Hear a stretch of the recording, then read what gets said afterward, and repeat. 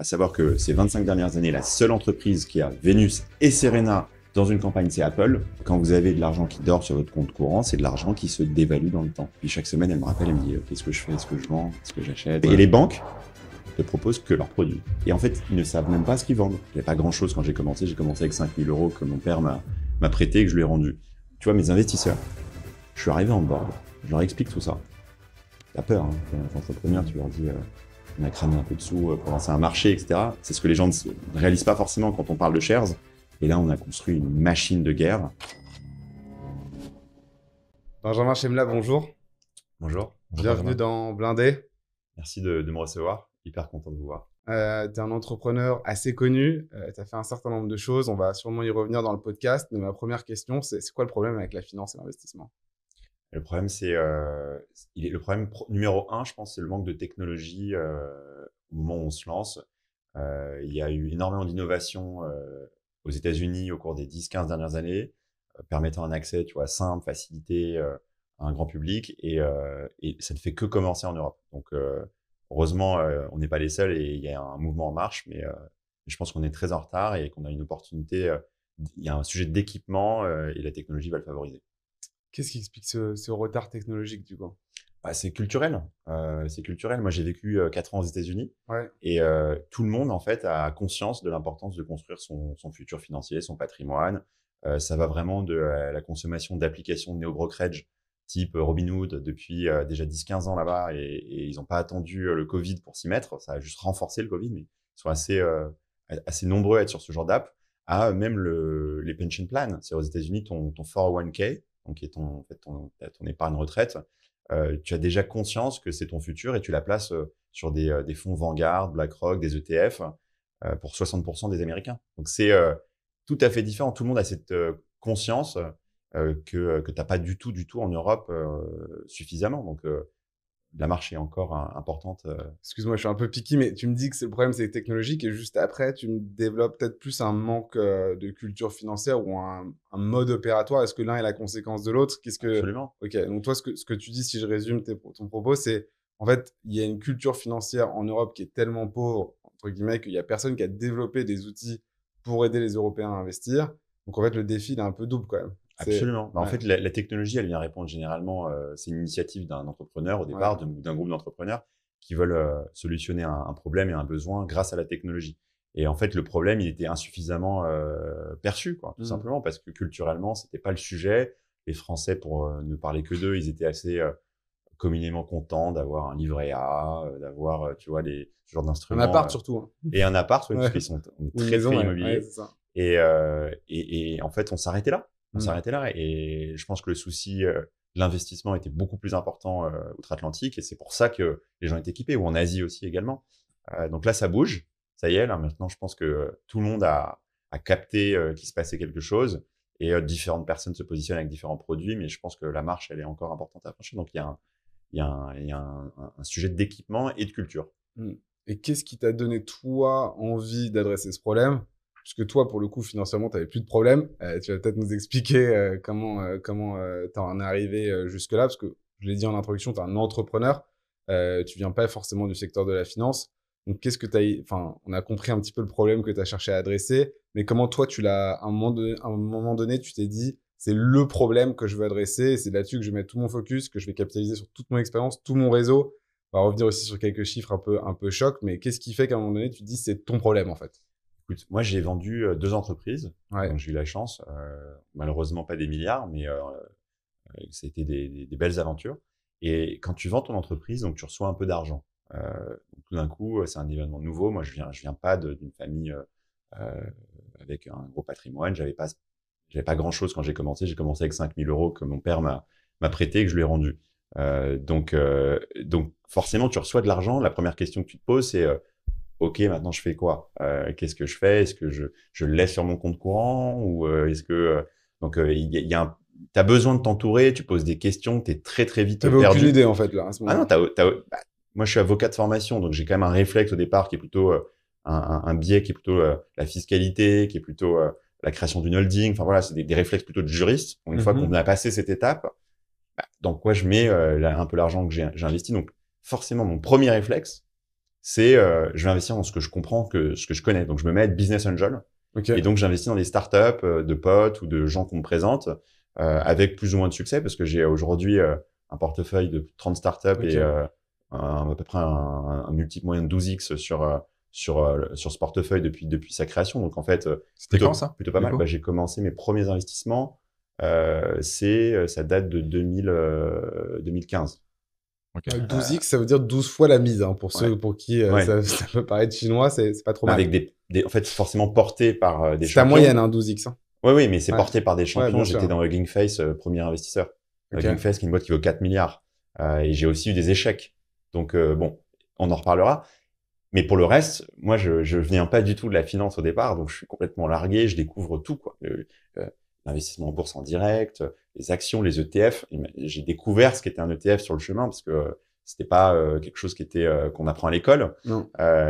C'est quoi le levier? Enfin, bon, tous ces concepts-là, les produits structurés, je le découvre vraiment de façon autonome et en posant des questions autour de moi.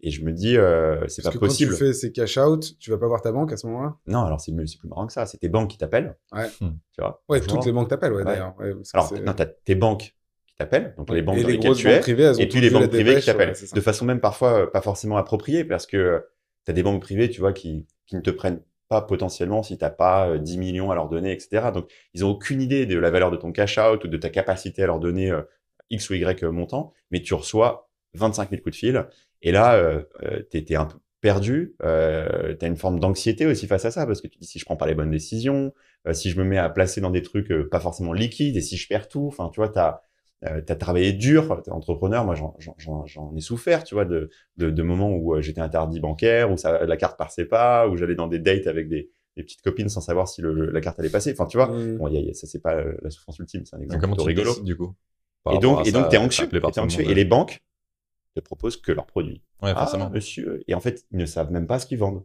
Ils te vendent un portefeuille, une gestion, un mode que eux-mêmes sont en fait appelés à pousser. Mais t'as finalement, si t'es pas armé, si t'es pas équipé, tu sais pas comment t'en sortir. Parce que le vocabulaire, il est complexe, ils essaient de t'emmener dans leur direction. Le vocabulaire, les produits, tout est complexe. Et donc, du coup, face à ça, en fait, soit tu te documentes, soit tu t'éduques tout seul. Donc là, t'as ta banque, t'as les top banques privées de la place qui t'appellent, et toi, t'es pas convaincu.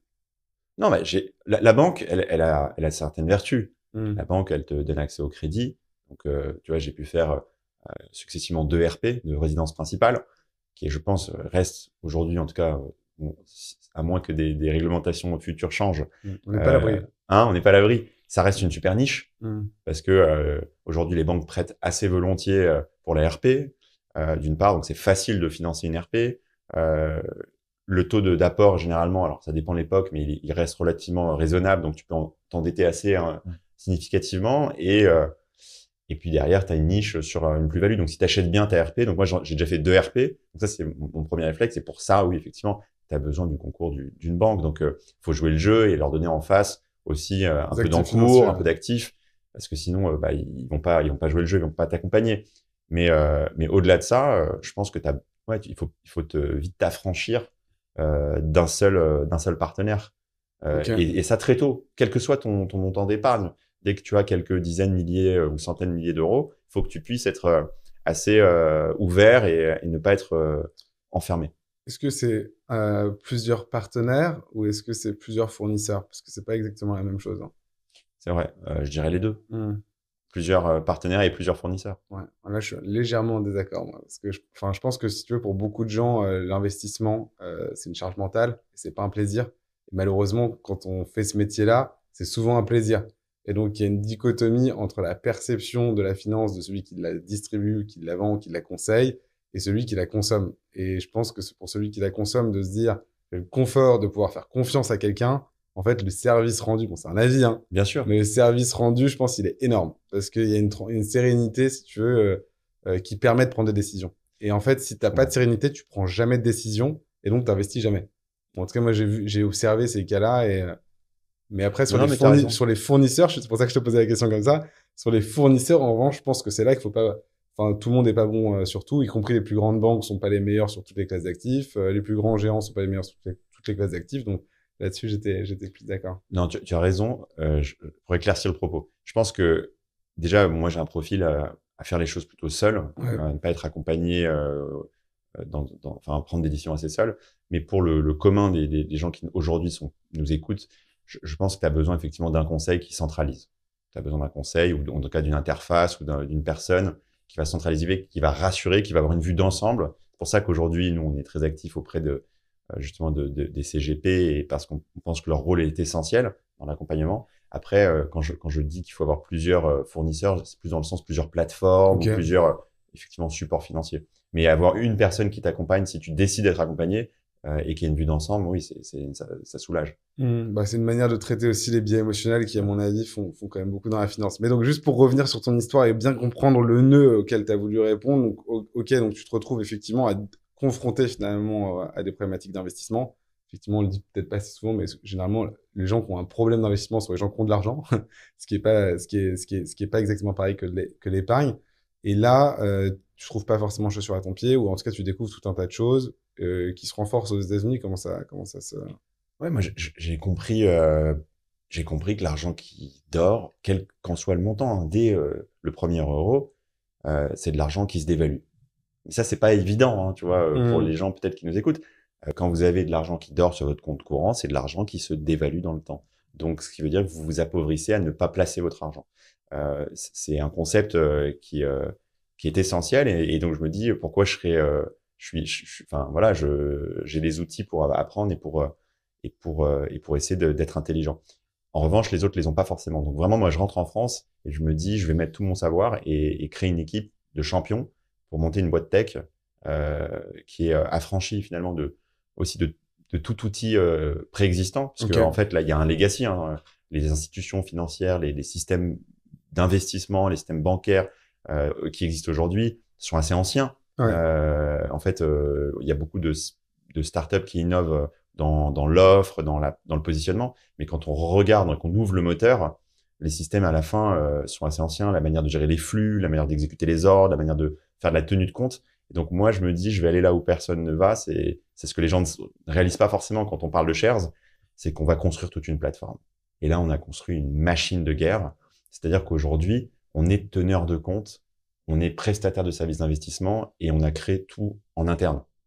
La gestion d'avis d'opérés, les prélèvements à la source, les IFU. Donc, c'est une machine de guerre qui nous permet aujourd'hui de pouvoir créer autant d'enveloppes qu'on veut. On avait lancé le compte titre, puis ensuite le compte titre pour les entreprises, puis le PEA, parce que je pense qu'une partie de la solution, c'est la plateforme. C'est les enveloppes, Peut-être explique un peu le point, parce que je pense que c'est pas forcément évident pour tout le monde, mais donc, une fintech, c'est dans le vocabulaire, c'est dès qu'il y a un peu de tech et qu'on fait de la finance, ça s'appelle une fintech. Ouais. Mais parfois, c'est juste la vitrine. Là, en l'occurrence, c'est vraiment les infrastructures bancaires que tu as redéveloppées, quoi. Exactement. C'est comme si on avait redéveloppé une forme de banque d'investissement. C'est-à-dire qu'on a un middle office, on a un back office, on exécute on fait de la RTO, on passe des ordres, on exécute des ordres, on gère les opérations, on a un département qui est en charge de la compliance, de l'analyse de fraude. C'est combien de personnes pour faire ça? On est plus d'une centaine. Et en fait, tu peux pas être petit. C'est pour ça qu'on a aussi dû lever beaucoup de capitaux. C'est un pari créer quelque chose comme ça qui nécessite d'avoir beaucoup d'hommes, beaucoup de tech, beaucoup de compliance, beaucoup de support. Parce que sur les 12 premiers mois de shares, tu peux rappeler combien vous avez levé? 90 millions de dollars. Ok. Ouais, c'était que sur les 12 premiers mois. C'était sur les 14 premiers mois. Ouais, quand même. Tu comprends mieux, là. Ouais. Non, et ok, intéressant. Juste, donc, ce que je comprends, ce qui m'intéresse aussi, c'est que c'est pas forcément la perception que les gens ont de shares, parce que c'était une boîte aussi qui a eu pas mal de couverture médiatique, notamment parce qu'il y a des investisseurs très connus. Et en fait, on se rend compte que c'est une boîte d'infra presque, plus qu'une boîte de retail. Pourquoi tu as été chercher des investisseurs aussi connus? Qu'est-ce qu'ils t'ont apporté au-delà de l'argent? Bon, après, peut-être on va en citer quelques-uns. L'entrepreneuriat, c'est du fun. Hein. Ouais. On va pas se mentir. Si tu te lèves le matin, quelle que soit ton activité, et que t'as pas de fun, t'as pas de plaisir, tu tiens pas. Tu tiens pas. Donc, le plaisir, c'est les équipes avec lesquelles tu travailles, c'est numéro 1. Ouais. Numéro 2, c'est quand même le problème que tu résous, et pas dans le sens inverse. C'est-à-dire que avec des mauvaises équipes, si tu résous un bon problème, ça ne marche pas. Okay. Donc, il faut vraiment des bons co-founders, une bonne team. Et puis après, un entourage autour de, tu vois, les gens que tu mets, j'appelle ça les parties prenantes, que tu mets autour de ton projet. Ça peut être tes investisseurs, évidemment, ça peut être des advisors, ça peut être des ambassadeurs, ça peut être... Et donc, moi, dans ce contexte-là, je veux m'entourer que de gens que j'admire, qui m'inspirent, qui me donnent envie. Et oui, et je suis un fan de tennis. Donc, je pense que c'est ça. En c'est partie, notamment... je crois qu'il y a Ed Westwick aussi. Qui Ouais, il y est a Ed aussi. Voilà, Et donc, moi, très tôt, je me dis, il faut faire de Shares quand même une entreprise populaire, ok. grand public. Sinon, il n'y a pas de démocratisation vraiment de Toi, la tu veux finance. mettre cette infrastructure au service des particuliers à ce moment-là. Exactement. Ok. Et notamment, parce qu'au début, ma première vision, c'est retail. Hein. Donc, Ouais. je crée toute une infra, mais ça, c'est ce que je t'explique ici parce que je pense que les gens comprennent. Mais avec une vision qui est, on va aller directement proposer à une masse importante de gens une solution intégrée. Et donc, pour le populariser, pour créer de la confiance, parce que on recrée pas un système comme ça en 5 minutes et on suscite la confiance l'instant qui suit. Il a fallu 20 ans à Boursorama pour devenir cette machine de guerre que c'est aujourd'hui. Et les gens ont confiance. Et les gens ont confiance dans des institutions qui sont là depuis longtemps, qui sont liées à des banques retail qui ont même parfois pignon sur rue, ça rassure. On se dit que c'est stable, à tort ou à raison, mais on se dit que c'est stable. Shares, on sort de nulle part, quoi, tu vois. Et donc, c'est comme vous aussi, votre propre challenge. On arrive, on sort de nulle part, il faut que les gens nous confient leurs encours, ce qu'il y a de plus important. Et donc, cette confiance, cette trust, je me dis qu'il est important d'associer des visages connus pour rassurer. Et voilà, j'ai une passion pour le tennis, pour les sœurs Williams depuis toujours. Donc, les avoir au capital en tant qu'advisor, et donc ils ont des stock options, hein, pour être précis, en retour de l'apport d'image qu'ils ont fait, c'était extraordinaire. C'est plus un point du coup de réassurance plutôt que d'acquisition, le fait d'avoir pris des ambassadeurs qui sont chefs à tes propres convictions à toi. Oui, c'est un plaisir, et deux, vraiment, ça rassure. Ouais, aujourd'hui, on peut pas se dire que quelqu'un qui a comme visage de marque Venus et Serena Williams, à savoir que ces 25 dernières années, la seule entreprise qui a Venus et Serena dans une campagne, c'est Apple. Donc, un petit Français qui sort de la place de la République, qui a grandi dans le centre de Paris, et qui tout d'un coup accède à ça et les met en vitrine, c'est forcément quelqu'un qui a créé quelque chose, en tout cas, d'assez sérieux. Et donc, c'est ça l'idée derrière. Et puis après, c'est un plaisir énorme. Quand on les a fait venir à Vivatech, c'est une parenthèse, mais c'était extraordinaire. Vous avez parlé de toi sur Quotidien aussi, si je me souviens. Ouais, on a fait baisser moi. J'avais négocié le passage chez Quotidien. Il y a toute une séquence média qui était géniale. Et je suis à Vivatech, c'est c'est le climax. Je suis avec elle sur scène et je vois au premier rang mon père qui a les larmes aux yeux, et j'ai du mal à me retenir de pleurer, tu vois, parce que c'est à un moment donné, on est hors temps, on est hors sol, et je vois le parcours, je vois le moment, et je me dis que c'est hors norme ce qui se passe. C'est fou. Moi, je vois bien l'intérêt pour toi, pour la marque. Quel intérêt pour elles? Du coup, qu'est-ce qu'elles ont identifié chez toi, mais aussi dans le projet qui les a motivés? Ça vaut pour tous, c'est-à-dire ça vaut pour Ed Westwick aussi, moi j'aime bien. Ça vaut pour d'autres.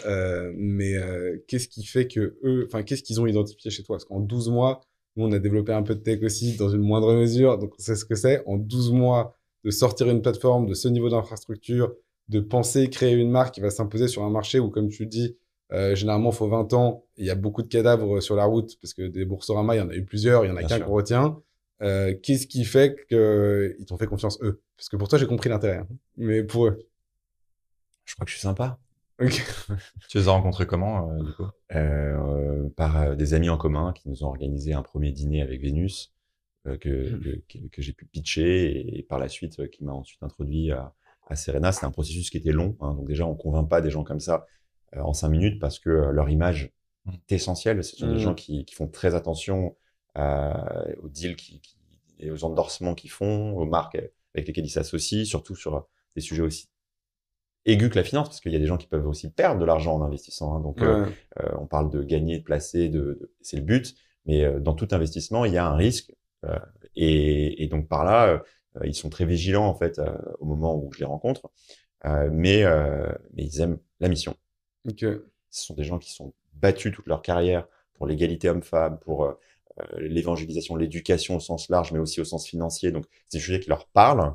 Et Serena, c'est quelqu'un qui aujourd'hui a un fonds Serena Venture, et donc qui est éveillé au sujet de la tech depuis un certain temps. Elle est mariée au fondateur de Reddit, donc elle est très tech compatible. Okay. Et en fait, elle voit Benjamin, elle voit un entrepreneur tech qui a des convictions, une mission qui est top, et elle est séduite par le discours. Et un petit track. Oui, qui rassure, qui en tout cas montre qu'il y a un risque d'exécution qui est moins fort. Ouais. Enfin, Ok, compris. Et donc, tu te lances au démarrage, tu l'as dit, sur un angle très, très B2C, en leverageant aussi, en t'appuyant sur l'image de ces personnalités. D'abord au UK, c'est ça? ouais, Et c'est quand le go-to-market? C'est quand le lancement? mai 22. Mai 22. Ok, donc là, 16 mois, 14-16 mois après, le lancement, mai 22, tu te lances au UK. Et là, on voit, en tout cas, pour un spectateur extérieur comme moi à l'époque, on voit un carton en apparence. Je crois que vous êtes deuxième app la plus téléchargée au UK. Ouais, C'est ça? c'était incroyable. Qu'est-ce qui se passe? Explique-nous. Et surtout, tout de suite, j'avoue que je te pose la question qui va avec. Pourquoi vous avez fermé, du coup, ce marché? Mais tu vois, c'est ça, je pense, l'expérience. Sans prétention, c'est savoir analyser avec intelligence ce qui est intéressant de poursuivre ou ce qu'il faut cesser, au-delà même de la vanité. Tu vois, quand tu es entrepreneur, il y a les chiffres de vanité. On appelle ça les vanity metrics. Ouais. Donc, tu dis, ah, j'ai plein de users, j'ai plein de trucs. La question, c'est qu'est-ce que j'apporte à ces utilisateurs et qu'est-ce que ces utilisateurs trouvent et reçoivent dans la solution que je leur propose. Nous, on est régulé en France par la CPR et l'AMF. Depuis le démarrage, y compris. Non, ça a mis du temps, Ok. depuis fin 2023. Ok, ça marche. Donc, l'année 2022, à ce moment-là, on n'est pas encore régulé en Europe. Donc, on obtient un statut d'agent lié pour l'Angleterre. Agent lié, pour les gens qui nous écoutent, ça veut dire que tu loues la licence d'un autre. Ouais. C'est ce que dans d'autres secteurs, on a pu voir avec Lydia, par exemple en France, qui avait un statut d'agent lié d'une boîte qui s'appelait Trésor, jusqu'à ce qu'ils aient leur agrément assez récemment finalement. Donc, ils ont opéré pendant des années en tant qu'agent lié. Revolut est agent lié depuis aussi des années en matière d'investissement. Place, je crois, a commencé agent lié sur un autre type d'agrément. Ouais, mais c'est une autre sur un autre type activité, d'agrément, mais en tout cas, ça existe. Ouais.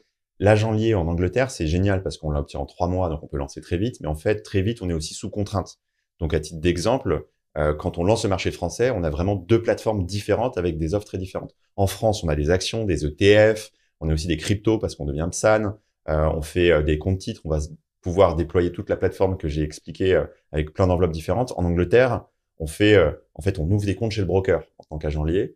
Du coup, on n'a pas la souplesse de créer des comptes ISA qui sont les équivalents des PEA, qui sont très importants en Angleterre. On ne peut faire que des actions en stock picking. On peut pas faire d'ETF parce que les brokers qu'on utilise et à ce moment-là ne le permettent pas. Donc, on est très restreint. On a une offre, en gros, qui est insuffisante. Et pourtant, deuxième app la plus téléchargée. Donc, mais il y a la user experience, il y a l'excitation, etc., qui crée un boom. Donc, effectivement, la première séquence, c'était incroyable. On met l'app sur les stores et on reçoit 100 000 comptes en un mois et demi à peu près. 100 000 comptes, mais des vrais, des gens qui font un dépôt, qui font l'ID check, etc. Donc, c'est une vraie ouverture de compte. 100 000 comptes, on devient la 2e application financière sur les stores au UK et la 6e globale sur l'ensemble des stores au UK. Lunaire, on est devant, pendant 2 semaines, on est devant Snapchat, Instagram. Enfin, c'est un truc qui est extraordinaire. Et sur la foi, évidemment, de quoi on lève notre série B le mois qui suit, parce qu'on sent qu'il y a un potentiel et on continue de pousser. Et en fait, ce qui se passe, c'est qu'un an après, j'ai un comparable avec comment mes cohortes vivent en Europe, où je suis régulé, où mon offre est complète, où j'ai passeporté mon autorisation dans 27 pays, versus comment mes cohortes vivent en Angleterre. Et en Angleterre, en fait, j'ai beaucoup d'utilisateurs, mais avec très très peu d'encours par utilisateur, et qui en fait utilisent notre plateforme pour ces volets un peu ludiques, pour regarder les portefeuilles des autres utilisateurs, mais pas réellement pour y mettre des réels dépôts significatifs. Pourquoi? Parce qu'ils n'ont pas de compte ISA, parce qu'ils n'ont pas l'univers d'investissement qui leur convient. À l'inverse, en France, on est déjà... Ils venaient consommer de l'information, en fait. Oui, ils venaient consommer, et c'est très bien. Ouais. Mais non, c'est moi, pas ton business model, quoi. C'est pas mon business model, et j'ai un coût d'opération qui est important. J'ai 2 plateformes, donc même technologiquement parlant, c'est 2 plateformes, donc c'est pas une plateforme, c'est 2 plateformes différentes à opérer pour un marché, en fait, où je vois pas vraiment d'évolution positive en termes de cohorte. Encore une fois, je pouvais continuer à faire de l'acquisition, avoir 200 000, 300 000, 400 000 clients. Et la route pour aller chercher les agréments complets au UK était trop longue. Ça a mis 8 ans à Revolut, ou 7 ans à Revolut, je crois qu'ils viennent de l'avoir, je suis même pas sûr. Donc, c'est compliqué. Le marché anglais aussi est compliqué. C'est un marché qui est plus mature. On parlait de maturité, de culture, d'acculture. Il y a des acteurs qui sont là depuis quand même assez longtemps, qui font des choses sympathiques. Freetrade, Revolut, Trading 212, qui sont... La pénétration en Angleterre est assez importante. Il y a des banques comme Monzo qui se mettent à l'investissement. Donc, en fait, tu as un certain nombre de signaux que je reçois et je me dis, je deviens très fort en France, là. Il se passe quelque chose. Ma stack, ma plateforme, elle est très complète. J'ai plein de lignes de métiers que j'ai envie de développer et on va en parler. est-ce que réellement je dois continuer à opérer en fait cette plateforme qui est Ça qui coûte est- combien d'opérer une plateforme comme ça au UK? c'est du temps homme parce que il y a de l'infra. Mais c'est genre un Euh, million par mois, centaines de non, milliers pas par un million mois? par mois, quand même pas. Mais non, mais c'est oui, 100, 120 000, 200 000 euros par mois, ça dépend de ta taille Hmm. et ton nombre de Mais transactions. juste parce que la tech, c'est pas gratuit, quoi. Tu vois, c'est parfois, parfois, il y a cette idée reçue. Juste la maintenance, c'est quand même, Bah, en fait, quand tu lances quelque chose, faut le maintenir. voilà, c'est Donc ça. la maintenance d'une plateforme, ça veut dire des coûts infra, des serveurs Amazon AWS ou Azure suivant ton hébergeur dans le cloud. Ça veut dire du temps homme parce que tu as des développeurs. Ça veut dire du focus aussi de tes équipes sécurité, compliance. Ça veut dire des équipes compliance dédiées à, y compris même alors que tu as l'agent lié à faire évoluer ton activité qui est régulée. Du support parce que même un compte qui a 25 euros, bah, il peut avoir un besoin en support. Donc il contacte ton support parce que il a besoin de ceci ou cela. Donc, tout ça, c'est du temps et qui fait que tu as besoin de rentabiliser ce temps par des revenus. Et en fait, les revenus, s'ils sont insuffisants, un entrepreneur, un bon entrepreneur, il sait se couper une jambe. Moi, j'ai aucun problème à me couper les deux, les trois, enfin, un bras et deux T'es jambes. riche, toi, hein. 3 jambes. Non, pas trois jambes, mais enfin, voilà, Mais, j'ai pas de problème, en tout cas, à prendre des décisions difficiles ok. Et, pour la survie du et à projet. quel moment tu prends cette décision, du coup? Enfin, et à quelle vitesse ça s'exécute et comment ça se passe aussi? Je pense que c'est une question intéressante, honnêtement, pour ceux qui nous écoutent, pour les gens qui t'avaient fait confiance au UK. Bien sûr. Ce qu'il faut comprendre, alors il y a plusieurs parties. Il y a comment on sort d'un marché et comment on prend ses décisions. Ces décisions, il faut la prendre vite. Une bonne décision, c'est une décision qui est prise rapidement, exécutée rapidement. Hmm, Le pire, c'est l'inverse, c'est de prendre un temps infini, je suis d'accord. que ça soit vis-à-vis de tes partenaires, vis-à-vis de tes équipes, vis-à-vis de tes clients, vis-à-vis de toi-même, vis-à-vis de tes investisseurs. Une décision, elle se prend vite. Ouais. On prend cette décision à la fin, avant l'été, cette décision est pas sans lien avec notre souhait de lancer une plateforme pour la distribution intermédiaire. Donc je me dis, il y a un sujet de refocus, donc de remettre les équipes sur un projet avec lequel je pense qu'il y a, enfin sur lequel je pense qu'il y a un potentiel qui va être énorme. Et donc ça, c'est la prise de décision. Elle se fait assez vite, communiquer en no-lens aux équipes, en board aux investisseurs, avec un plan, une planification, une analyse des coûts, parce qu'il y a des coûts de fermeture. Hmm. Il y a des contrats qu'il faut dénoncer, qui mettent un certain temps, il y a des bureaux à réduire, il y a un certain nombre de choses à faire. Donc d'abord, tu planifies d'un point de vue opérationnel et financier tes coûts de fermeture et les actions à mener, et ensuite tu les exécutes comme un soldat. C'est-à-dire que tu as un plan, une feuille de route, tu sais exactement ce que tu dois faire, les messages que tu dois envoyer, les gens que tu dois prévenir. Pour ce qui est des clients, donc tu as plein de clients qui ont donc des comptes avec des assets et du cash. Parce que c'est ça un compte, une security account, c'est du un cash. compte titre. C'est un compte titre. Security account. Donc cash et assets. Cash, c'est facile. Cash, tu leur donnes. En fait, t'as un RIB de départ, en fait, puisqu'ils ont fait des prélèvements Tu peux faire un séparés transfert de compte titre comme en France, c'est ça? Alors, tu leur proposes soit le compte transfert de compte titre, soit de vendre leur position. D'accord? Et ensuite de transférer le cash avec un délai, etc. Donc, tu as il y a une mécanique qui est mise en place dans le respect des réglementations MiFID qui a été mise en place et qui a été proposée. Et on les a accompagnés, ces clients-là, dans un délai. Et puis, tu as des gens qui ne revendiquent même pas. Tu as des gens qui ont 25 euros sur un compte qui vont même pas le revendiquer. Ouais. Ça, c'est un travail. Et On puis, connaît ça même au niveau France, sur ouais. le nombre de comptes qui n'ont pas de propriétaires revendiqués, je crois Ouais. que c'est des milliards d'euros. Et donc, Ah en ouais. France, c'est la Caisse des dépôts, je crois. T'as genre 15 ans, un truc comme ça. Ouais, et en fait, tu transfères en fait ces comptes-là ségrégés, pareil, à une institution pour que les gens puissent les revendiquer. Donc voilà, tous ces faits a été opéré assez facile, enfin non facilement non, mais assez rapidement, efficacement, et ça a permis un refocus de notre boîte. Et tu vois, mes investisseurs, je suis arrivé en board, je leur explique tout ça. T'as peur, hein, t'es un entrepreneur, tu leur dis, on a cramé un peu de sous pour lancer un marché, etc. Bon, la vérité, c'est qu'on a appris énormément sur ce marché-là. Et bah franchement, ils ont salué ma décision et je pense que j'ai gagné encore plus leur respect à ce moment-là. Parce qu'ils se sont t'as dit, sacrifié les vanity metrics ouais, pour des metrics c'est du économiques. real deal. Il est là pour vraiment pour construire un empire et pas pour raconter des Et conneries. juste donne-nous le calendrier, du coup, moment où tu prends la décision, le moment où la décision est exécutée. Avril-mai, on prend la décision. La décision elle est exécutée sur un plan qui 23, finit 23 ou 22? 24.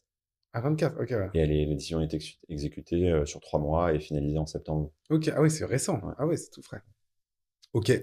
Et donc, du coup, les cohortes les plus intéressantes, tu le disais, étaient en France. Ouais.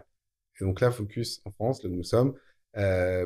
Qu'est-ce qui est intéressant dans les cohortes françaises? On dit souvent, on l'a dit en intro d'ailleurs, en France, on n'est pas éduqué financièrement, on veut que de la résidence principale et du cash, etc. Et honnêtement, moi, pour regarder des patrimoines, souvent, je peux te dire que c'est vrai.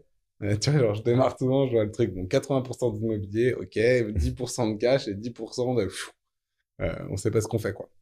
Et donc, souvent de fiscal, tu vois. Donc, ton Ouais. biais juridique, en fait, il est pas si spécifique à ta situation. Ah ouais. Non, je pense, non, parce qu'on aime bien ne pas payer d'impôts, parce qu'on a tous une forme de conscience de la Ouais. matraque fiscale qu'on subit. Donc, bref, excuse-moi, j'arrête de raconter ma vie. Ah non, c'est intéressant. Mais du coup, toi, qu'est-ce que tu trouves intéressant dans ta cohorte française?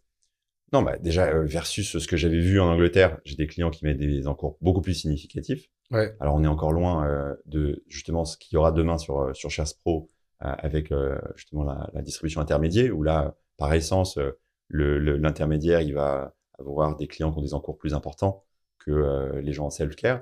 Mais là, on est sur des métriques qui sont déjà en plusieurs milliers d'euros tout de suite à la création du ok. compte. Ce qui paraît pas non plus énorme, mais pour un néo-broker, C'est beaucoup, ouais. c'est déjà pas mal. Mm. On n'est pas... la création du compte en Angleterre, c'était littéralement en moyenne. Alors, il y avait des écarts types, hein, il y avait du 50 euros, il y avait du C'est 3000 quoi les pounds, minimums en B2C pour ouvrir un compte Shares 1 aujourd'hui? euro. Ouais, donc, mais ça génère, enfin, tous les modèles qui ont été déployés comme ça, on a eu souvent, enfin, on l'a vu sur d'autres modèles dans l'immobilier, etc. C'est Ouais. difficile quand tu mets un minimum très bas. Bah, les gens ont tendance à se rapprocher des minimums quand tu démarres. Donc, Bah, c'est ça, c'est du test and learn. Tu vois, les gens, ils arrivent, ils voient qu'il y a un minimum d'1 euro, ils font environ 50, ils s'amusent un peu avec la plateforme. S'ils découvrent un plaisir et une confiance, ils vont faire un deuxième versement, un troisième c'est versement. ça. En France, dès le premier versement, on a des minimums nettement supérieurs, Ok. tout de suite. Donc ça, c'est plutôt pas mal. Ça correspond aussi à peut-être aussi une évolution de même notre positionnement marketing qui devient un peu plus mature. On a retravaillé un peu la marque. Tu l'as dit, 100 000 clients au UK. Ouais. Combien de clients en France? 50 000. Ok. Mais tu vois, en termes d'encours, rien à voir. Donc, et de potentiel, en termes d'offres, de plateformes, enfin, c'est tout à fait différent. Et donc, c'est la raison pour laquelle ça a une opportunité. Sans compter le fait qu'aujourd'hui, notre playground, c'est l'Europe. On Ouais. est régulé. On est un prestataire de services d'investissement et un teneur de compte européen. Et attends, pré-Brexit, ça aurait été différent? Bah oui, Ouais. bien sûr. Ouais. Le Brexit, c'est une catastrophe pour ce type Pour ce type de d'activité. projet, ouais. Tu dois doubler tes efforts. Pré-Brexit, l'Angleterre faisait partie de l'Europe. Et d'ailleurs, c'est pour ça que le paradoxe, c'est que les réglementations, la régulation en Angleterre en matière d'entreprise d'investissement est très similaire. On Et est sur les pourquoi mêmes Revolut logiques. a mis 7 ans alors? Parce que 7 ans, il y avait pas encore le Brexit, non? Non, mais Revolut, ils sont régulés en Europe, en Ouais. Lituanie, Ok. et Ouais. ils sont régulés en Angleterre pour l'Angleterre. Ok. Donc, ils ont, en fait, il faut En fait, ils imaginer ont dû réapply au moment du Brexit, c'est ça, sur leur licence, c'est ça? Ouais, en fait, tu as un groupe, tu as une entreprise comme Shares, on a une entité qui est en Angleterre, une entité qui est en Europe. Ouais. Et en fait, chaque entité est régulée pour un sujet différent et Ouais. une géographie différente. Ok, ok. Et c'est pas passeportable. L'Angleterre est isolée du reste. Ouais, c'est ça. Ok. Et donc effectivement, le marché français qui avance bien. Et là, plus récemment, sur le marché français, et j'imagine que tu parlais déjà dans le cours, à mon avis, c'est aussi ce qui a drivé ou ce qui a mené ta décision. J'essaie d'éviter les anglicismes, mais c'est dur. Ce qui a mené ta décision, vous avez annoncé une nouvelle offre, qui s'appelle Shares Pro. Et c'est aussi pour ça qu'on s'est rencontrés. Où là, l'idée, c'est de mettre à disposition des distributeurs, des intermédiaires financiers, votre offre, en fait, ou votre infrastructure, pour Ouais. revenir au propos de départ, à des gens qui, aujourd'hui, ont peut-être plus la confiance, en tout cas des particuliers, notamment des particuliers qui détiennent l'épargne, et donc des encours peut-être un peu plus élevés en moyenne. Je crois qu'en gros, une fintech en France, ça ferait 10K le ticket moyen. Un CGP, c'est autour de 200K, par exemple. Donc, ça donne un ordre d'idée sur la scalabilité financière et non pas opérationnelle. Toi, tu veux doter ces gens-là de tes outils. Donc, ça, c'est quand même aussi un revirement. Parler d'Ed Westwick, Serena Williams, le côté social trading dont on a peu parlé pour le coup, mais qui faisait aussi bien partie de votre offre de départ sur le volet B2C. Là, pourquoi Shares Pro, du coup, qu'est-ce que tu identifies comme potentiel chez cette population? Moi, je Peut-être considère. explique bien Shares Pro, hein, parce que c'est Ouais, mon bien pitch sûr. est hasardeux, mais... En fait, si tu as un entrepreneur qui fait de la tech, il doit résoudre un problème, il doit en tout cas essayer d'offrir la meilleure solution, d'être le meilleur dans la résolution de ce problème. Je trouve qu'en matière tu vois, de self-care, de retail, pour adresser une population, tu l'as dit, qui average à 10K, donc même si on est plus large, qui a entre 0 et 100K potentiellement de net worth à investir, il y a quand même beaucoup d'acteurs. C'est un marché qui est, on peut le dire, assez saturé. chacun apporte une réponse avec un angle un peu différent. Ça peut être assurantiel, ça peut être robo-advisor, ça peut être plateforme de trading. En tout cas, il y a plein de choses qui existent et c'est une bonne chose. Il y a plein de choses qui existent. Quand tu dépasses un certain seuil d'encours, et tu peux très vite y arriver, hein. T'as très Je vite. peux me permettre juste une petite remarque ouais. sur le saturé. Saturé sur 8% de la population. Il y a 8% des Français qui détiennent une action. Donc, Non, c'est vrai, tu as raison, donc, mais saturé dans l'offre, voilà, pas forcément dans la pénétration de non, l'offre. mais juste, c'était pour peut-être rappeler aussi Ouais. le retard. Je pense que les mêmes stats au UK, je vais dire n'importe quoi, mais c'est à minima 30% des Anglais qui détiennent une action, je pense. Donc, c'est voilà, 3 à 4 fois plus qu'en France. Donc, en fait, il y a une population qui est au fait de ces problématiques et qui est hyper servie, effectivement, en termes d'offres. Tu parlais des acteurs historiques, Boursorama, il y en a d'autres, des plus nouveaux comme toi. Il y a des banques en ligne comme Revolut qui proposent aussi ces services-là qui sont pas mal, hein, je dois avouer. Mais donc, effectivement, hyper saturé sur le B2C. Oui, donc assez saturé. Je pense que sur ce territoire, on apporte des éléments différenciants qui sont forts et que notre solution, aujourd'hui, à pas à rougir, elle fait partie des meilleures. Pour autant, il y a quand même beaucoup de solutions, il y a beaucoup de choses. Et en fait, c'est un biais un peu cognitif de l'entrepreneur tech de venir des intermédiaires. C'est comme ça. C'est depuis la création d'Internet, depuis les premières boîtes web 0, tu vois, genre tu as un booking.com par exemple, il va venir supprimer les agences de voyage qui bookaient autrefois tes hôtels, etc. Donc, toute la technologie de ces 20 dernières années, elle sert à ça, généralement, à désintermédier pour généralement le bénéfice du client final, qui va récupérer de la valeur, gagner en pouvoir d'achat, etc. C'est ça, là, un peu l'essence même de la technologie. La ubérisation, quoi. Ouais, c'est l'essence même. Et c'est un truc dans lequel auquel j'ai contribué depuis 20 ans, enfin 15 ans.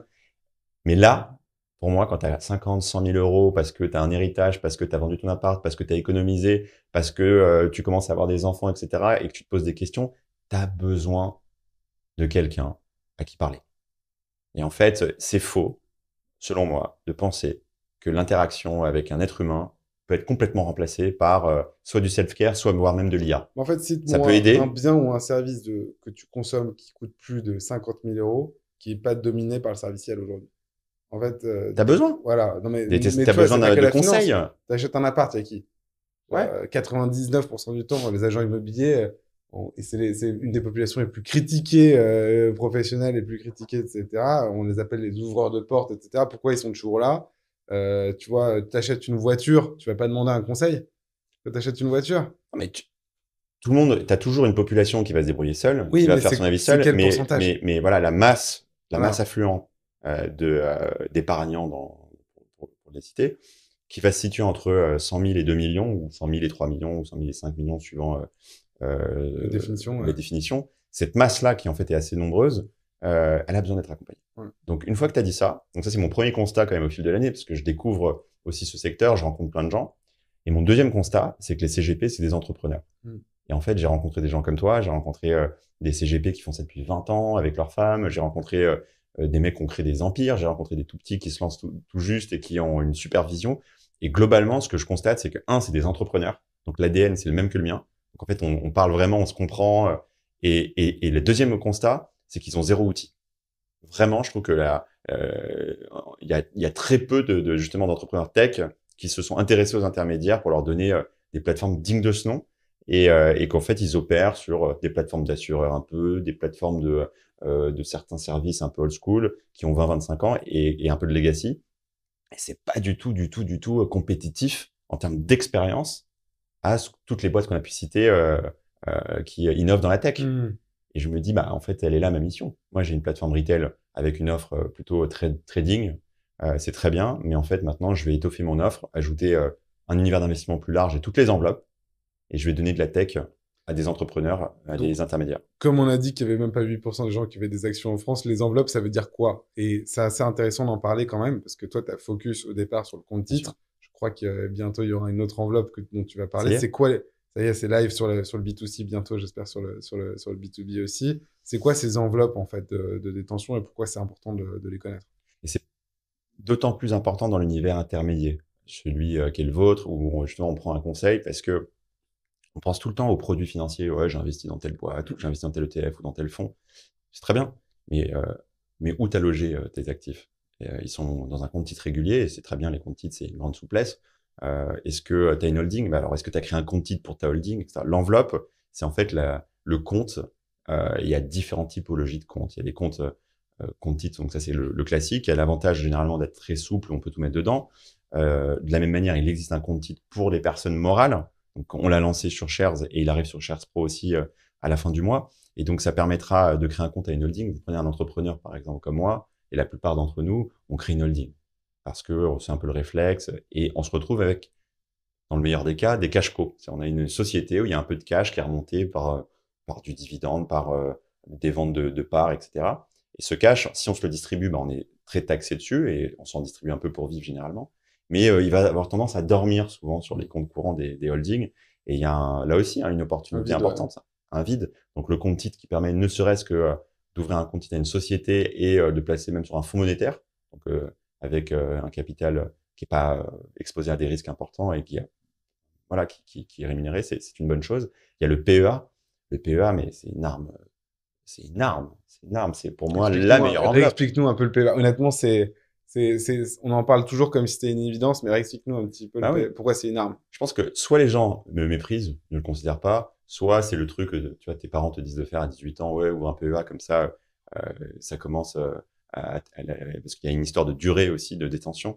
Le PEA, c'est une enveloppe limitée à 150 000 euros d'apport. Si on ajoute le PEA PME, on arrive à un total de 225 000 euros. Donc ça, c'est le maximum de cash en fait qui peut être mis au départ dans un PEA, mais qui en revanche est exempté de toute imposition sur les plus-values. Donc en gros, je vous donne un exemple. Vous mettez sur Nvidia il y a 5 ans, pour donner un exemple un peu choquant, 100 000 euros. Aujourd'hui, vous avez potentiellement 400 ou 500 000 euros sur votre PEA et zéro imposition sur cette plus-value.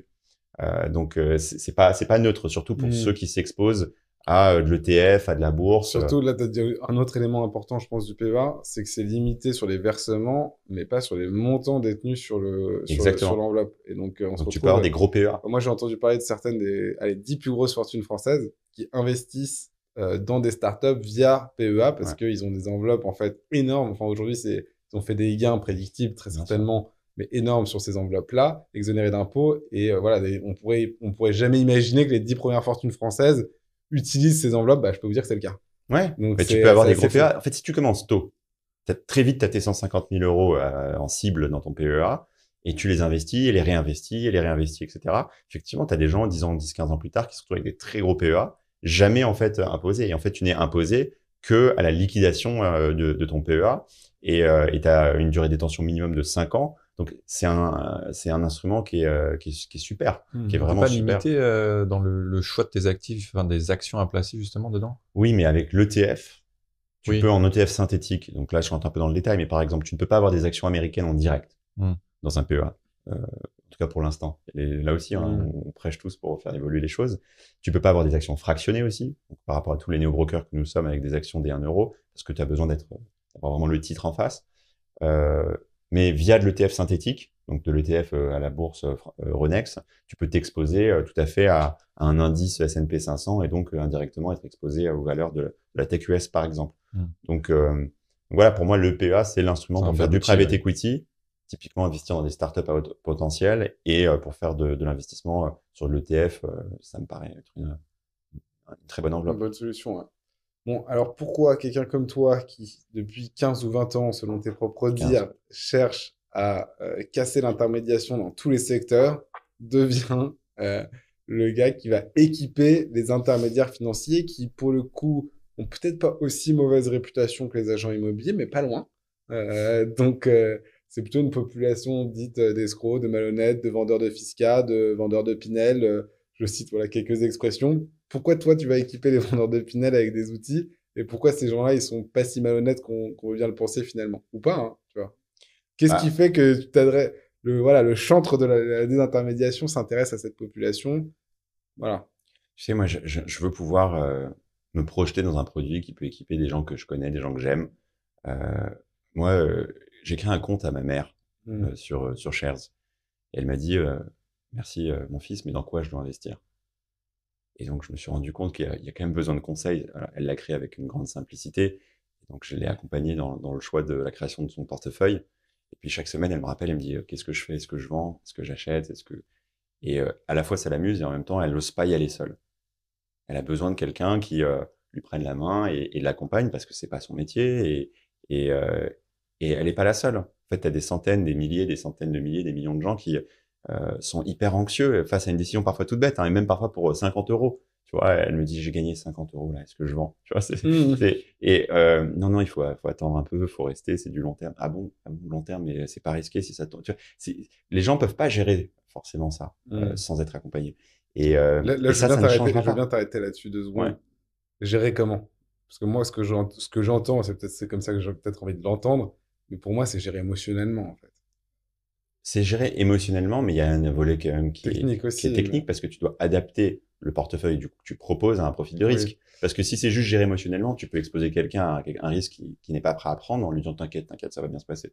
Donc c'est pour ça que le CGP, je vais pas dire que c'est un psy, ça va un peu loin, mais c'est quelqu'un qui comprend en tout cas plein de paramètres. Hmm. Et une fois que tu as compris, une fois que tu as dit ça, et que ta mission c'est de démocratiser l'investissement, tu ne peux pas ne pas équiper les CGP et les CIF. Sinon tu fais pas le boulot. Hmm. Et c'est malhonnête, tu vois, c'est malhonnête de te dire je vais faire un truc tech, on a besoin de personne. C'est pas vrai. Les gens ont besoin de quelqu'un. Et surtout qu'eux, ils se retrouvaient pour le coup en concurrence déloyale à leur désavantage par rapport aux fintechs, parce qu'ils n'avaient pas les outils pour Ouais, rivaliser, en fait. exactement. Et en fait, je pense que le travail du CGP, il est aidé et en même temps challengé par les fintechs. Aidé parce que ça crée une conscience collective, il y a un mouvement collectif qui fait que les gens se disent ah, il faut s'y mettre. Donc, peut-être que ça facilite le recrutement de clients par les CGP qui doivent récupérer naturellement des gens qui ont la conscience mais pas le courage ou pas l'autonomie. Mais ils sont aussi challengés parce que je pense qu'il y a plein de clients qui doivent les quitter progressivement en disant merci pour vos conseils, puis je vais aller le faire tout seul. Moi, j'ai plein de CGP qui me disent c'est terrible. Je passe un certain temps avec des clients, je fais une analyse de patrimoine gratuite pour enfin voilà pour recruter des clients, je leur donne des suggestions, etc. Puis en fait la fois d'après ils me disent non mais merci, on va le faire tout seul. Parce que en fait le CGP il a pas pu ensuite embarquer le client dans une expérience agréable, un onboarding facile, qu'il a eu besoin de lui faire signer des trucs papier, envoyer des trucs à droite à gauche, etc. Et qu'en fait si tu leur donnes l'outil, bah, le CGP il peut aller jusqu'au bout du processus quoi. Ok. Moi, ce que j'aime bien comme comparaison, enfin, j'aime bien la comparaison avec d'autres modes de consommation où en fait il y a aussi beaucoup d'émotionnel. Donc typiquement l'alimentation, tu vois. Comment est-ce qu'on mange sainement? En vrai, je sais pas si tu as une réponse toute faite, peut-être, mais globalement tout le monde sait à peu près, tu vois. Pourquoi il y a tant de diététiciens, tu vois. Comment est-ce qu'on fait pour voilà, être en forme physiquement? C'est quoi une bonne routine de sport? Franchement, beaucoup de gens peuvent répondre à cette question. Mais pourquoi est-ce qu'il y a autant de coachs sportifs, tu vois? Et je pense que enfin, et je le vois surtout sur la clientèle haut de gamme, du coup, enfin, haut de gamme de mon point de vue, c'est-à-dire 100 000, 3 millions que tu définissais tout à l'heure, c'est qu'en fait, ces gens-là savent à peu près, tu vois, ce qu'il faut faire, mais ils le font pas, en fait. Ils le font pas parce que justement, quand tu sais à peu près, tu sais qu'il faut t'en occuper, tu sais qu'il faut prendre des décisions, Ouais. que tu prends déjà 50 décisions dans la semaine, que tu travailles 40-50 heures dans la semaine, que tu as une famille, que tu as un main. Et donc, en fait, ce qu'ils vont faire quand ils vont voir leur coach de sport, c'est qu'ils vont décharger la responsabilité de la décision, du nombre de pompes qu'ils ont à faire, du nombre d'abdos qu'ils ont à faire, à quelqu'un d'autre. Donc la décision, elle est confiée à quelqu'un d'autre.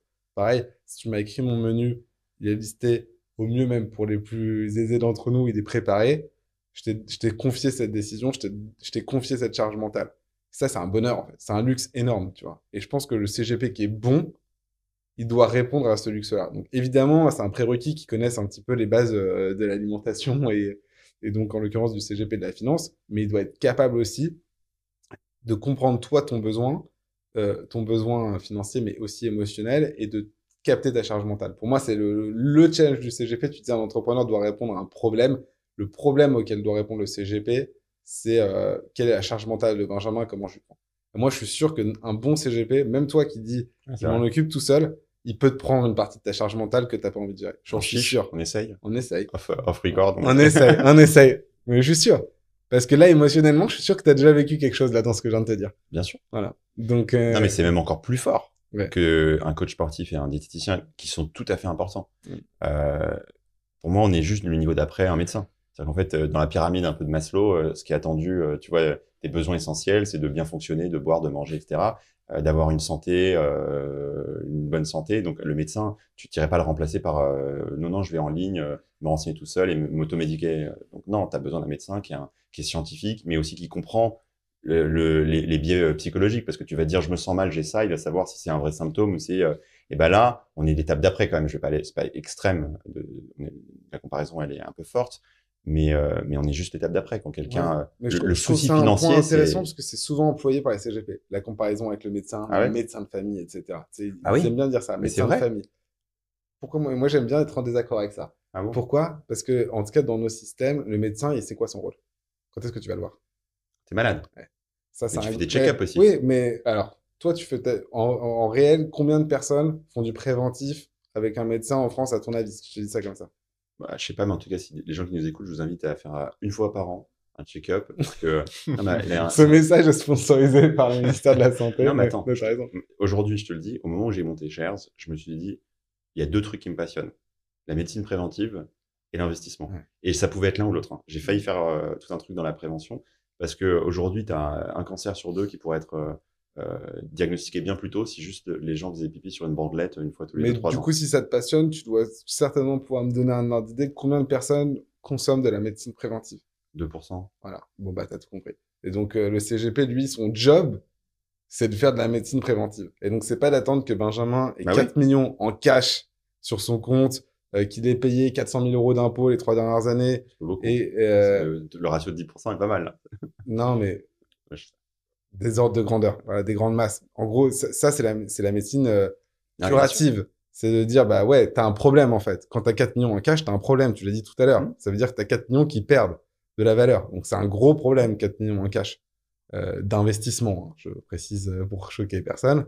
Ça, c'est de la médecine curative. La médecine préventive, en fait, ça s'appelle aussi, et c'est là qu'il y a un biais en France, de mon point de vue, ça s'appelle la planification patrimoniale et pas que la gestion de patrimoine. Et tu parlais des US, du UK, tout le monde planifie son patrimoine dans ces pays-là.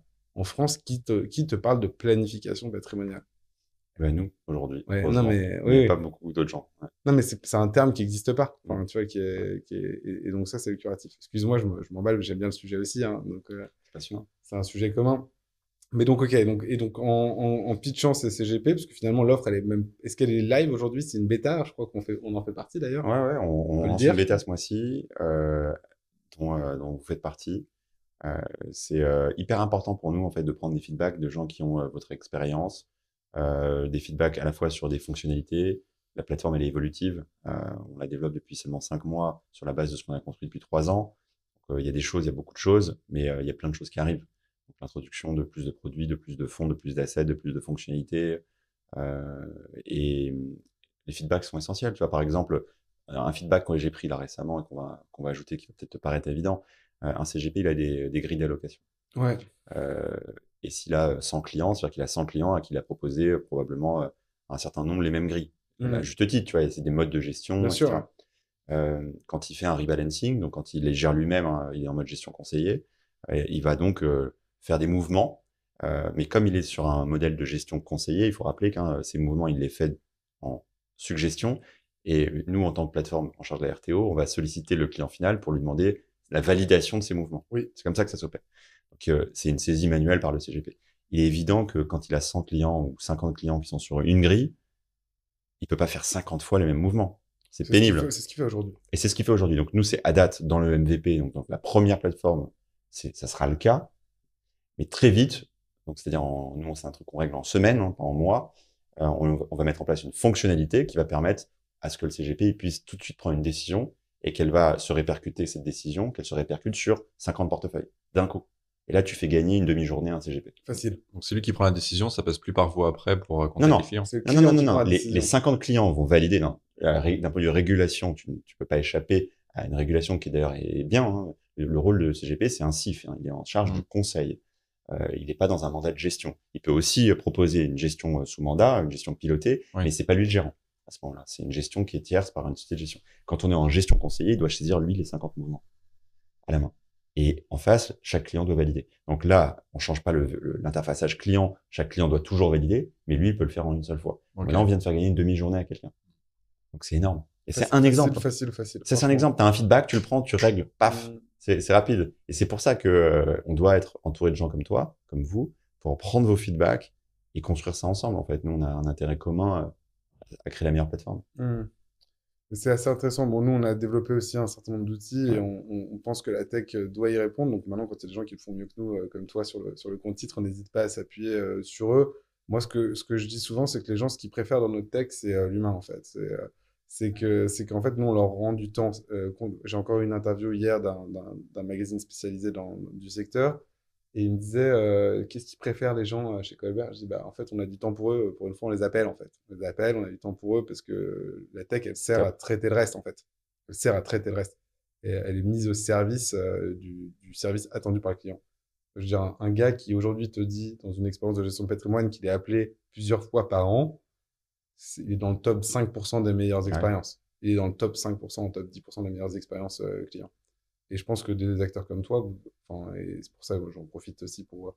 Là, on est très enthousiasmé par le début de ce partenariat. Déjà, parce qu'on va rendre de l'argent aux clients. Ça va être moins cher que les solutions aujourd'hui. Je le dis à tous ceux qui nous écoutent que toutes les solutions de place, si vous avez une solution intermédiaire, si elles ne passent pas par Charles Pro, elles seront plus chères. Voilà. Donc, c'est pas très politiquement correct, mais je vous le dis. Donc, ça, c'est une première chose. Et deux, votre conseiller va gagner du temps. Benjamin vient de vous l'expliquer. Et donc, pourra vous rendre ce temps au conseil. Plutôt pas mal comme démarrage, je pense.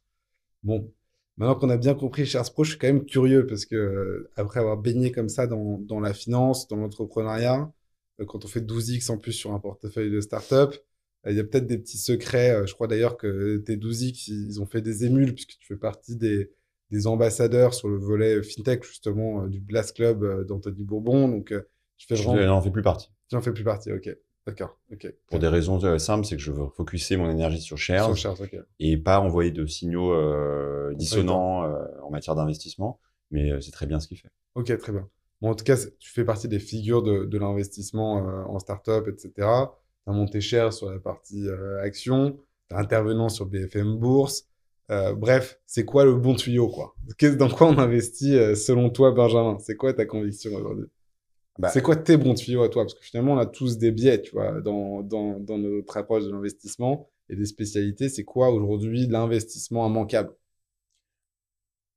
c'est une très bonne question.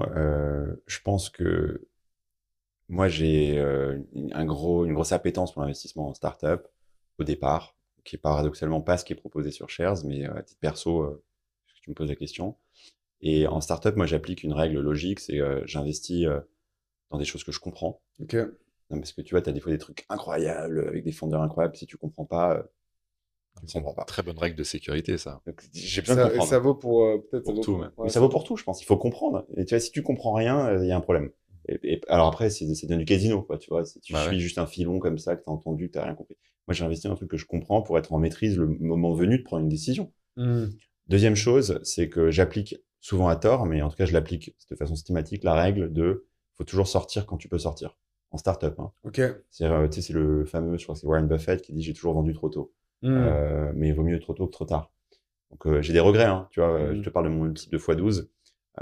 Il y a notamment une boîte, si j'étais resté plus longtemps, mon multiple de x12 serait probablement aujourd'hui un multiple de x100. Donc, quoi la boîte? c'est Hugging Face. Ah oui, encore, oui. Ouais, Tu vois, Hugging Face. Incroyable aventure, mais voilà, moi j'ai appliqué la logique quand j'ai pu sortir. Ça correspond aussi à un moment de vie où c'était un retour sur investissement qui était important. J'avais des projets perso, j'allais avoir mon premier enfant, donc je trouvais ça bien. x12, quand même, j'insiste, un bon fonds de PE, ça fait x2, quoi. Donc, c'est quand même 6 fois un bon Ouais, fonds mais de c'est PE. x12 sur 7 ans. Donc si Ouais. tu mets en TRI Bah, annuel, ça reste un bon TRI. un bon fonds de PE, c'est x2 sur 10 ans. Ouais. Donc, c'est. Écoute, donc, peut-être ce sera mon prochain gig de monter un fonds de private equity, enfin de venture capital. Bon, première chose que tu comprends. Deuxième chose, moi j'ai investi très tôt sur des entrepreneurs qui ont faim, qui doivent avoir un truc à prouver, qui ont de l'expérience ou en tout cas qui ont une légitimité dans leur secteur. Donc ça, c'est les règles que j'applique. Et après, j'ai un deal flow, c'est-à-dire que je reçois des dossiers ouais. qui correspondent à mon secteur d'activité, etc. J'essaye voilà, de suivre ça avec attention et c'est pas donné à tous, en revanche, d'avoir accès à un deal flow. Il est pas forcément bon, mon deal flow, toujours, mais en tout cas, je reçois des choses intéressantes. Et Parce qu'en gros, c'est quand même important, peut-être pour les gens qui comprennent aussi. C'est cool pour une startup d'avoir Benjamin Chemla à son capital. Donc, toi, tu es dans une situation aujourd'hui, comme tu as déjà fait des exits et que tu ouais. es, un entrepreneur, disons, confirmé. le fait d'avoir des entrepreneurs confirmés dans ton capital, c'est derrière aussi un argument même de vente. Au même titre que toi, c'était cool d'avoir Serena Williams et Venus Williams dans ton C'est pas la même capital. proportion, mais oui. C'est pas les mêmes proportions, mais pour un entrepreneur français de la tech, c'est quand même une forme de validation. Non, et puis surtout que je me mouille un peu, j'essaie de me mouiller. Après, malheureusement, j'investis pas dans des concurrents de shares ou dans des activités qui sont trop connexes. Mais voilà, j'ai fait des trucs sympas. Tu vois, par exemple, j'ai investi et syndiqué un tour dans une entreprise qui s'appelle Paysika, qui est une sorte de Revolut africain. Et là, il y a un enjeu et de société et un potentiel qui est énorme. C'est dans quel pays? En fait, c'est l'Afrique francophone. C'est dans toute l'Afrique francophone. Et l'idée, c'est de devenir un peu voilà, la néobanque d'Afrique. Sauf que là, on est dans un taux de bancarisation qui est très faible. Les gens n'ont pas de carte bleue en Afrique. Les gens sont en SMS, ils payent par SMS. Cette semaine, là, sur une boîte au Nigeria qui avait justement franchi le statut de licorne, je sais pas si Moneywise ou quelque chose comme ça. Je suis pas sûr. On vous mettra dans la description parce que là, j'ai raconté n'importe quoi. Pour revenir vite fait là sur les conseils, c'est s'y intéresser, d'abord très important, s'y intéresser tôt. Et le troisième, quand tu parlais des deal flow, de manière plus concrète. Il faut essayer d'avoir un bon deal flow. Et si t'as pas un bon deal flow, là on parle en startup, effectivement, faut pas investir dans la première startup parce que tu te dis c'est une coquetterie, j'en entends parler. Donc il faut soit, suivant ton niveau de patrimoine, t'exposer par un fonds.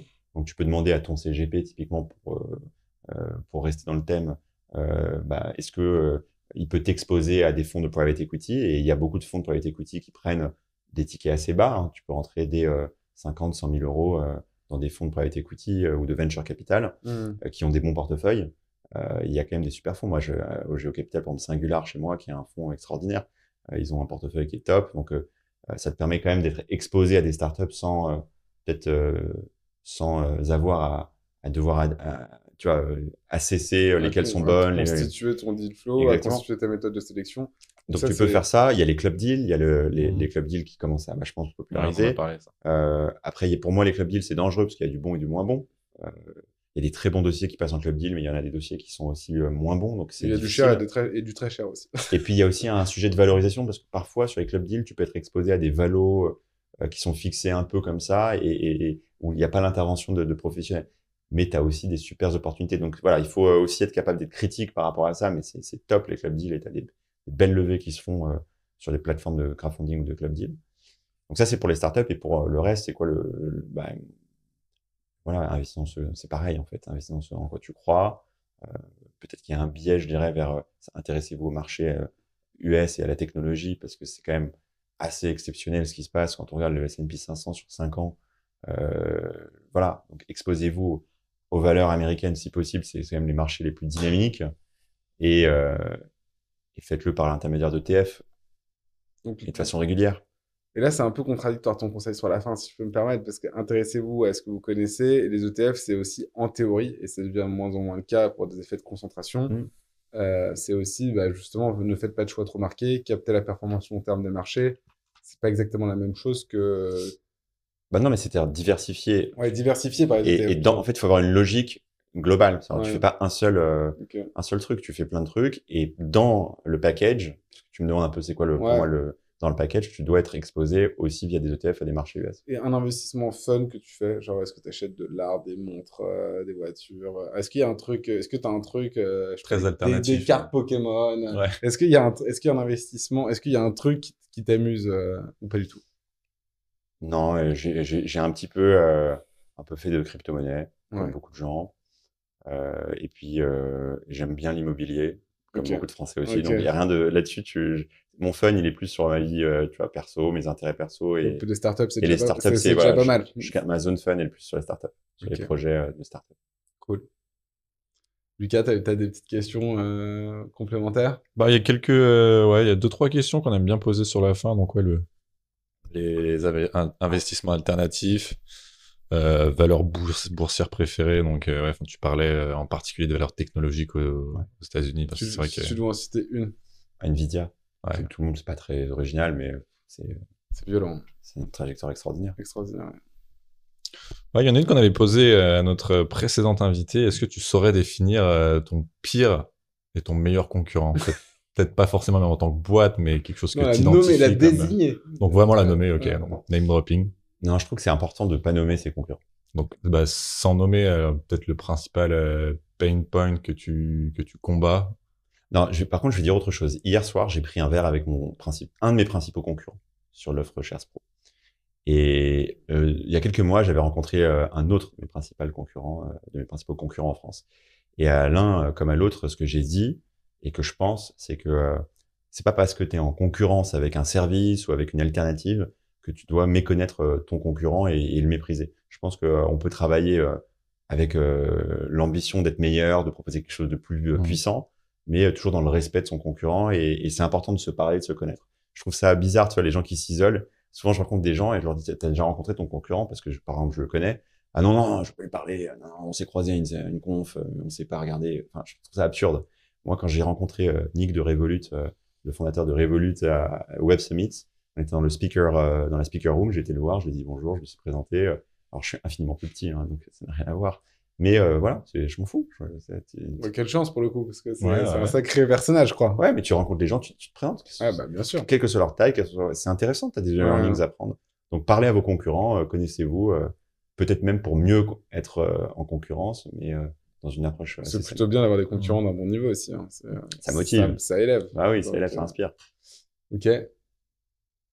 Est-ce que tu as un petit conseil lecture, un petit conseil pour démarrer l'investissement Ouvrir un compte sur Shares. Pro. Via Colbert. Peut-être en vrai, en termes d'éducation, pour faire la boucle, vu qu'on avait commencé par ça, comment est-ce que tu te démarrais en termes de culture? Quel type de format peut-être tu consommerais, toi, pour être sûr de commencer avec les bonnes bases et que ce soit clair et accessible? Ouais, je pense c'est plus de rentrer dans une logique. Documentez-vous de façon régulière, écoutez des podcasts, suivez des programmes. Il y a des bouquins aussi qui sont sortis. Le bouquin de Guillaume Simonin qui est sorti, qui est assez technique, mais en même temps, j'aime bien ces feuilles volantes. Ces feuilles volantes, ouais, c'est ça. Ça permet de comprendre. S'il y a un sujet que tu maîtrises pas, tu regardes la feuille volante, a priori, très vite, tu as compris. Donc, il faut multiplier là aussi, en fait. T'as pas le temps forcément pour tout faire, mais tu peux faire un peu seul. Et puis après aussi trouve le conseiller qui va t'accompagner et qui te correspond. Donc vous avez une plateforme Colbert, je crois, qui est assez top. N'hésitez. Enfin, je trouve que les gens ils ne doivent pas hésiter. C'est gratuit au départ de prendre un conseiller et on peut prendre la décision ensuite de passer à l'étape d'après. Ou pas effectivement. Ou pas. Donc en fait, ça n'engage à rien. C'est faire des bilans de patrimoine, etc. C'est rencontrer des gens et surtout ne laissez pas ça à demain. Ouais, le temps coûte. Possible. Le temps coûte. Ok. Et dernier point ou dernière question, est-ce que à ton avis, tu nous as dit que tu aimais bien le nom blindé, nous on aime bien ce format aussi, on est ravis d'ailleurs que tu aies accepté notre invitation et pour nous c'est vraiment des échanges hyper intéressants. Est-ce que à ton avis il y a quelqu'un qui devrait absolument prendre ta place sur la prochaine édition qu'on devrait inviter ici? C'est une bonne question, j'ai pas réfléchi à la réponse. Il y a plein de gens qui devraient prendre ma place. Je pense que tu peux y aller par classe d'actifs, tu vois. Et donc, par exemple, pour plein de gens qui se posent des questions sur les cryptos. Là, Donald Trump vient d'être élu. Il y a un boom en crypto, donc ça peut être intéressant de recevoir, je sais pas, un Pascal Gauthier de Ledger, qui est un entrepreneur extraordinaire, qui est un copain, qui peut te parler un peu des cryptos, et t'éveiller là-dessus. Je trouve que ce serait intéressant, tu vois, d'amener justement des gens qui naturellement ont peur de ces sujets-là, être rassurés ou pas, comprendre en tout cas la manière de gérer.